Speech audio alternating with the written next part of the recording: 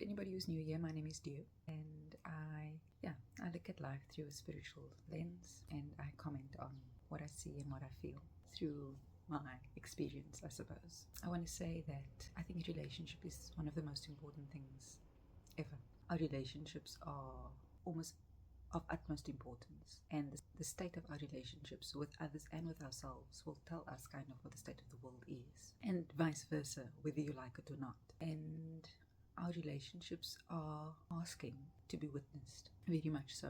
Our relationships are crying out to be witnessed, to acknowledge what the relationships currently are, how they currently feel, do a little bit of a stock take, get honest with yourself about what you want and need in relationship, and then ask yourself a critical question like, is this relationship that is possibly the most important relationship actually in my life in terms of how it influences how I feel about myself? Is it satisfying my needs? If we don't ask ourselves these questions, we are in denial of what is. And it is when things like depression set in, when you are not acknowledging what is not in alignment. And you know when something is out of alignment, when it makes you feel like shit. When you feel like shit there, then it's making you feel out of alignment. If you question your worth there, then it's making you feel out of alignment.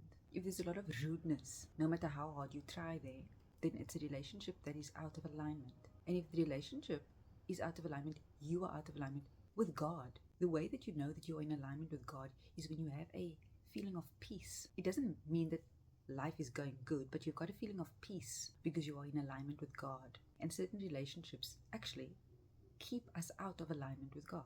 And so I would almost say that the way relationships have been in the past, and I'm saying it in the past, I think we are in a new regime of how we are viewing relationships. The way that relationships have been in the past have been to hide these things that are hurting people in relationships. The setup has just been so, it's funny, but the setup was just perfect to keep abused people in an abused state because of the secrecy that shrouded relationships. That is why I'm not blaming somebody outside of myself, but I did live in a society where to me it made the most sense to say nothing about it.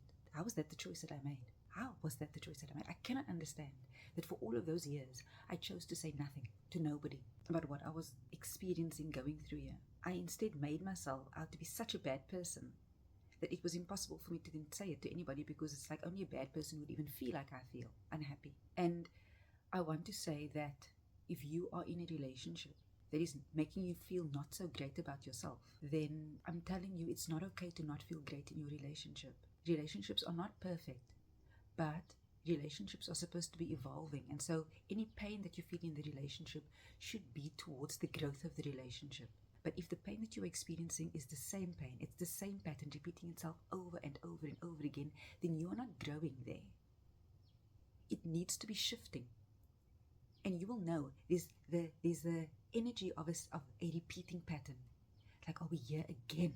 I can't believe that we are here again. I can't believe that we are here again. Do you know that feeling?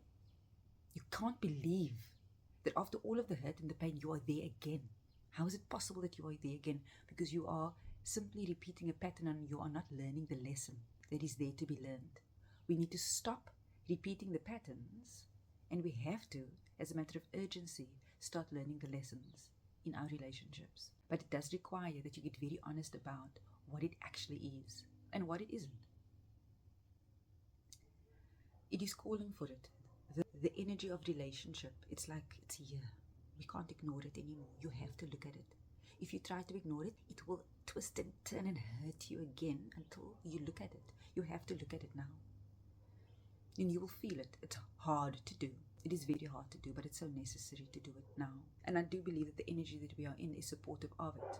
You can look at it, and there's more grace in the energy, which means that you can look at maybe things that you couldn't look at before. It's easier to somehow look at harder things now. The grace energy. I always feel like grace energy feels like that. Like, if the energy is not as supportive, then it's harder to deal with it. But now the energy is kind of going, it's supportive of what you're wanting to shift. It will help you to shift it. It's the energy of awakening. And we are all in it. This is not only somebody else's problem. And it's not only your romantic relationships, right? This is like every single relationship as well. Finding ways to grow through your relationships. It's the quickest and easiest ways to up level into this new potential energy that you can embody. It's here. We are in it already. But it requires that you break open. And a lot of breaking open is painful. But that's how you earn your reward. I have to say it like that. You can't force it. Your intention has to be pure. And there's a place in which you meet that place where you know you're no longer doing it to be seen.